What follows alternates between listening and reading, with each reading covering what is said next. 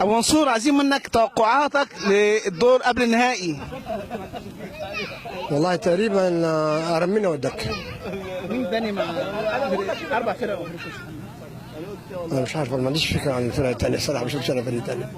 مين ثاني بيلعب؟ في ما شاء الله علاجي، في غرب اسوان، في جته، في بلانه، في المالكي، المضيق. جته والعلاجي.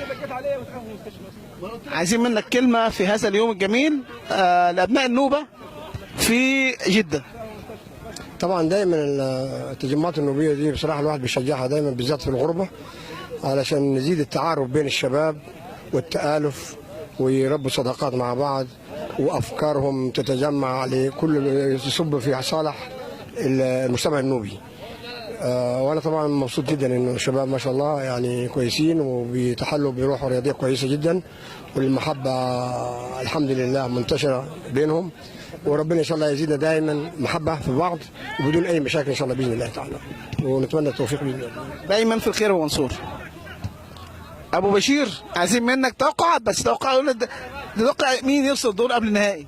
قبل النهائي ان شاء الله الدكه وارمينيا. مين تاني؟ ايوه اعتقد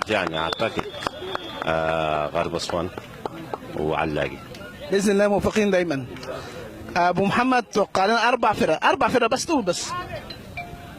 يعني هي الدكه وارمينيا وغرب اسوان. عليكم السلام. والله انا ولا غرب اسوان، غير كده لان انا معلوماتي قد تكون محدوده، يعني لان ما بجيش بانتظام. فطبعا يعني بالطبع انتماء البلدي لقريه غرب اسوان، فاتمنى ان شاء الله ان غرب اسوان توصل للنهائي باذن الله.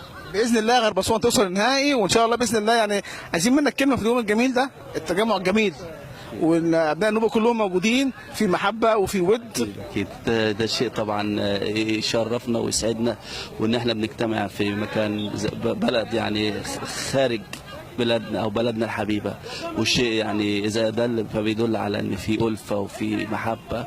وقلما تجد اي بلد يعني زينا كده في اجتماع، بنجتمع بالنسبه لجمعيات ما بتلاقيش غير يمكن البلد اللي هي البلد الشقيق لنا السودان. انما اي مدينه على مستوى جمهوريه مصر العربيه ما بتلاقيش نفس المحبه ونفس الالفه ونفس التجمعات دي. فاتمنى ان احنا دايما نكون في خير دايما، واتمنى ان يكون في الفه وفي محبه، ونتجمع دايما في الخير وبالخير وعلى خير ان شاء الله. شكرا لك يا عم. الله. السلام عليكم. توقعات بس الماتش اللي قبل النهائي. والله انا يعني مش عايز اقول مين يكسب ومين عشان ما حدش بس يقول الحمد لله. فهي البطوله دي عامه يعني ما فيش حد خاسر فيها. فالمغزى بس من البطوله والواحد فرحان الى التجمع.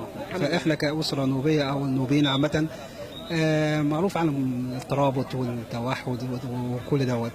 فانا اتمنى ان اي فريق يكسب والخاسر ما يكونش فيه مثلا ده زعلان ولا ده فرحان، وان البطوله تبقى حسن الختام ليها. وبغض النظر طبعا كل الاماكن بيبقى فيها طبعا الانفعالات والكلام ده، بس في الاخر خالص خلاص كل واحد بينسى ويرجع متحابين.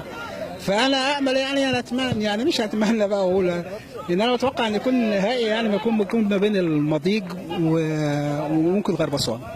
بالتوفيق دايما ان شاء الله كل النوبيين كسبانين بالتجمع الجميل دوت. شكرا ليك. الله شكرا.